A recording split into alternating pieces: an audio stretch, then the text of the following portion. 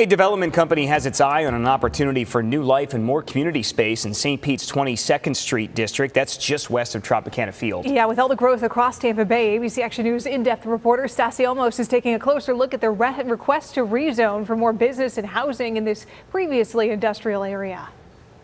In the 1900s, railroads set the stage for growth in St. Petersburg, one running all the way down First Avenue South through industrial land here on 22nd Street. But now that those railroads are gone, the area is taking on new life, from bike trails to breweries. We're standing on what was a rail line that we ripped out to make this patio. If you're a beer drinker in Florida, you've likely heard of Three Daughters Brewing. We've been here for 8 years, and at the time we moved in, we were really the only business that was active here in this corridor. Google Maps gives us a view as far back as 2007, when Mike Harding's Brewery was once the Banks Supply Company, previously Banks Metal and Auto Parts in the 1920s. A lot of these smaller cities have industrial areas that are no longer being used for industrial purposes. If we look at a map of St. Pete's zoning, you'll see gray for industrial zoning in two places where railroads once ran. Three Daughters passes zoning because they brew and distribute beer. But one Miami-based developer has a bigger vision. We're on a vacant parcel of land between the Morian Center for Clay and Three Daughters. This piece of land also has direct connectivity to the Pinellas Trail.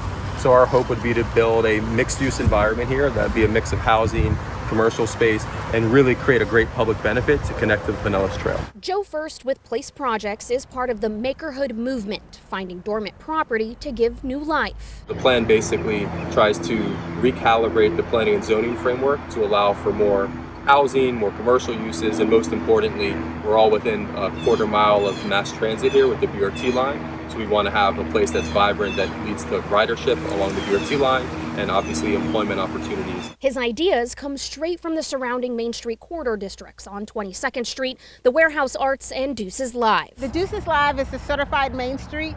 Main Streets are a project of the National Trust for Historic Preservation. When Interstate 375 was built to downtown in 1977, it displaced dozens of families and businesses in the historic African American community near 9th and 22nd.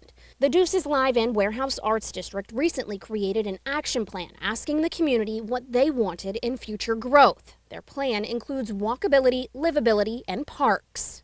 Joe used the same consultants to come and say, hey, if I put something between 3rd and 5th, what should it look like based upon what the community already wants? And so he came up with what he calls 22 IMIX. IMIX stands for Industrial Mixed Use. What First is hoping St. Pete City Council will approve in new zoning for his project between 1st and 5th Avenue. Harding says it could ultimately be part of something much bigger for St. Pete. If the Rays site develops into something different, this can become a part of that as it grows west. And that idea of mixed use, having retail here and possibly some residential as well, I think that's what this should grow into. The city planning department tells me they're looking at the rezoning as part of their 2050 plan. In St. Pete, I'm in-depth reporter Stassi Olmos, ABC Action News.